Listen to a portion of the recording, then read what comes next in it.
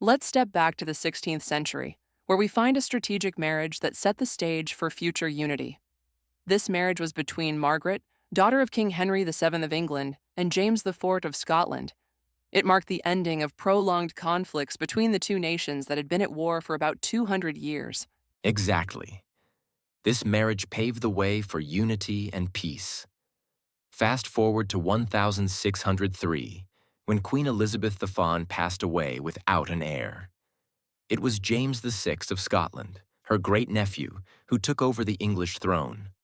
Now James held the title of King of Scotland and England, uniting both under his rule. In James's reign, efforts were made to symbolize this unification. One step was the creation of the Union flag in 1606. This flag represented the connection between Scotland and England. James envisioned a united kingdom, with a strong central power in London, bridging the two countries. However, despite his ambitions, both Scottish and English parliaments were not ready to fully embrace this union. They resisted the changes James proposed, and his dreams of a fully unified kingdom faced challenges.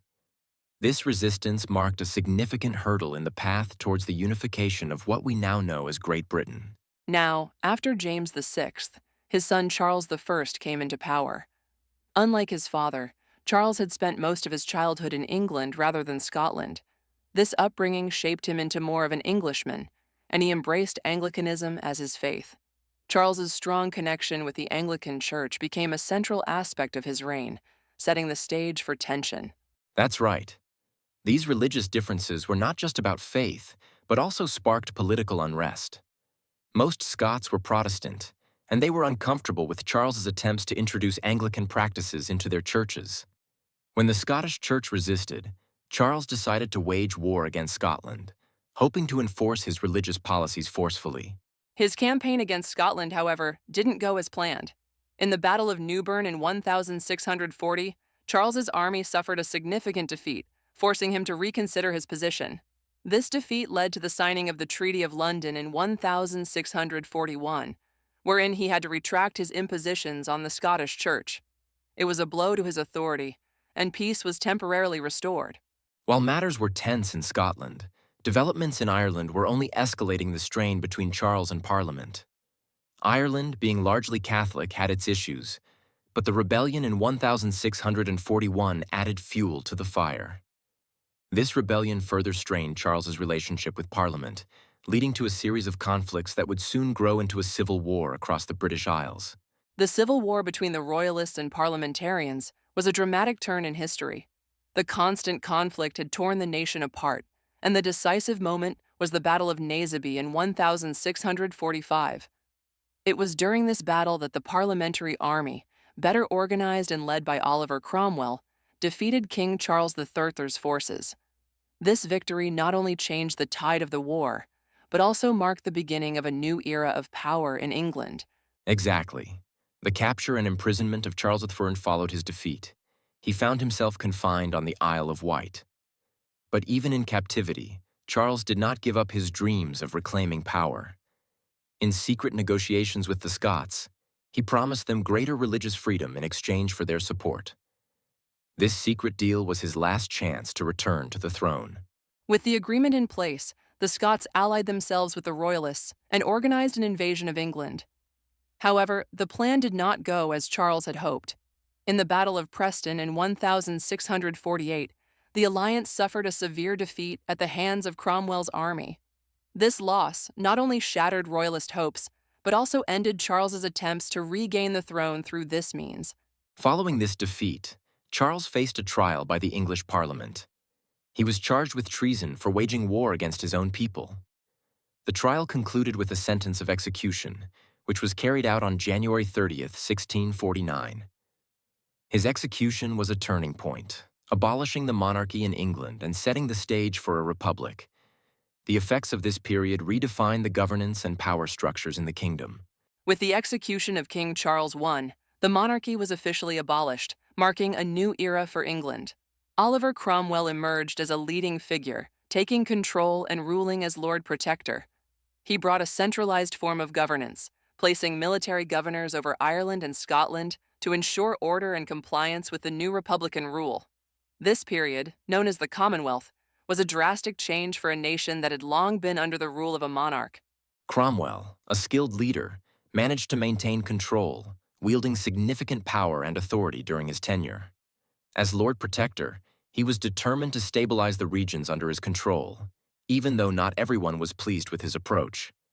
His goal was to unify the country under a single government, focusing on Protestant values.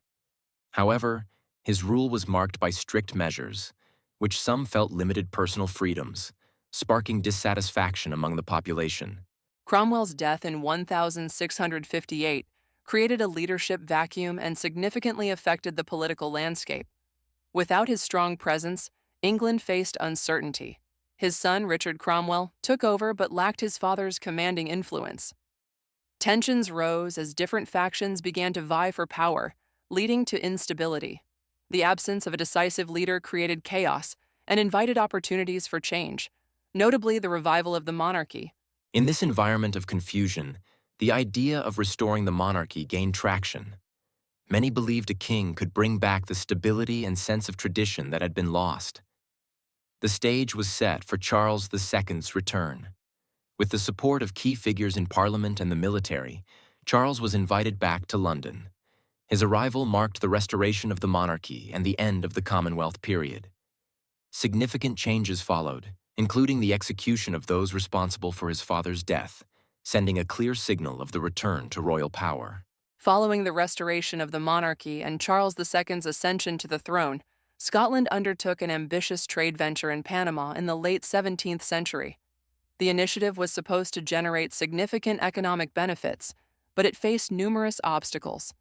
Many settlers who made the voyage were struck by tropical diseases, leading to high mortality rates.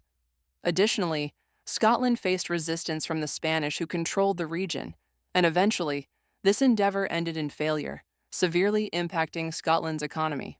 That's right. The failure of this trade venture was just the beginning of Scotland's economic troubles. A devastating famine struck shortly after, further exacerbating the nation's financial woes. Around 10% of Scotland's population perished as a result of this famine.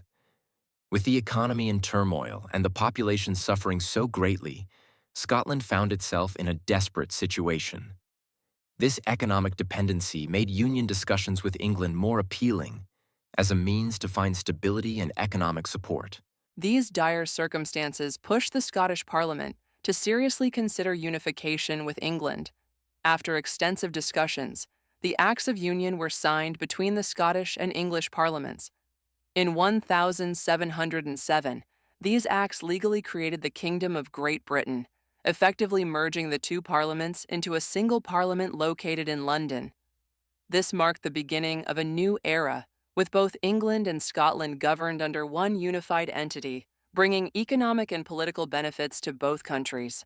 However, it's important to remember that Ireland chose to remain separate and continued to operate with its own parliament, maintaining a different political path from Scotland and England.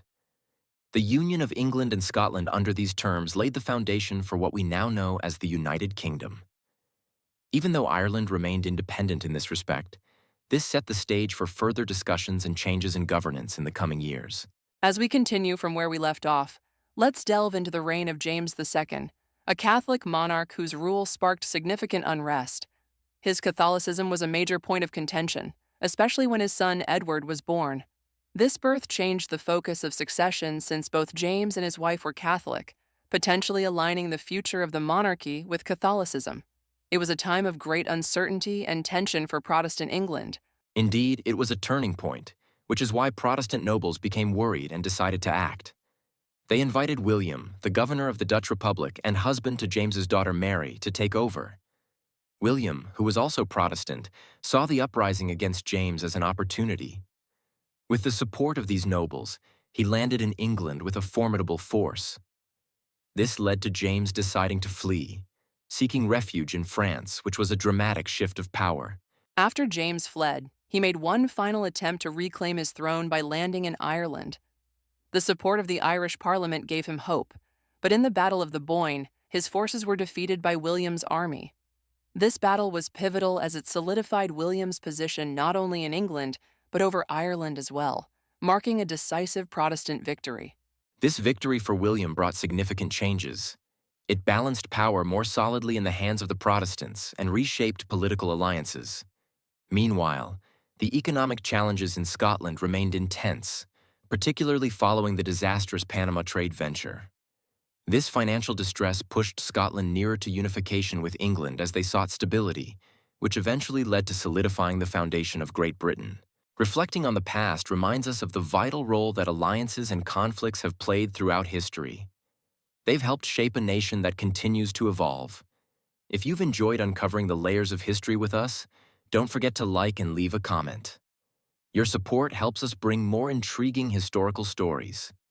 Be sure to subscribe to our podcast for more insights and to continue this journey through fascinating historical events.